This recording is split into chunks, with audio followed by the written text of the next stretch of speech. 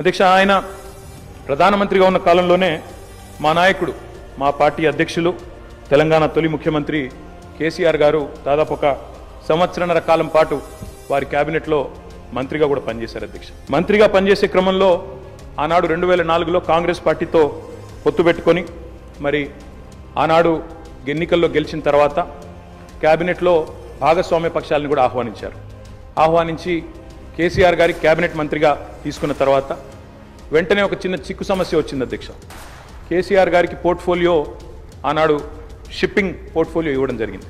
ఇస్తే వెంటనే డిఎంకే వాళ్ళు ప్రధాన భాగస్వామ్య పక్షం యూపీఏలో వాళ్ళు వెంటనే అభ్యంతరం లేవనెత్తినారు. మీరు మాకు కమిట్మెంట్ ఇచ్చారు, మాకు ప్రామిస్ ఇచ్చారు, మీరు వెంటనే మరి వారికి ఎట్లా ఇస్తారో అని అభ్యంతరం పెడితే కేసీఆర్ గారు ఒక్క క్షణం కూడా సంకోచించకుండా వెంటనే మన్మోహన్ సింగ్ గారి దగ్గరికి వెళ్ళి, డాక్టర్ గారు, నేను వచ్చింది పదవుల కోసమో పోర్ట్ఫోలియోల కోసమో కాదు, నేను వచ్చింది నా తెలంగాణ కోసం అని చెప్పి వారికి తిరిగి ఆ షిప్పింగ్ పోర్ట్ఫోలియోని ఇస్తే ఆ రోజు మన్మోహన్ సింగ్ గారు అన్న మాట, అధ్యక్ష, చంద్రశేఖరరావు గారు, మీరు ఏ నిబద్ధతతో, ఏ సిద్ధాంతం కోసం, ఏ రాష్ట్రం కోసం అయితే వచ్చారో అది ఫలించాలి అని మనసారా నేను కోరుకుంటున్నాను. ఇవాళ ఈ నిర్ణయం మీరు ఏదైతే తీసుకున్నారో దీనివల్ల కూడా మీకు కూడా గొప్ప గుర్తింపు, గౌరవం వస్తుంది, మీరు ఒక కర్మయోగిగా గుర్తించబడతారని చెప్పి కూడా వారు చెప్పడం జరిగింది.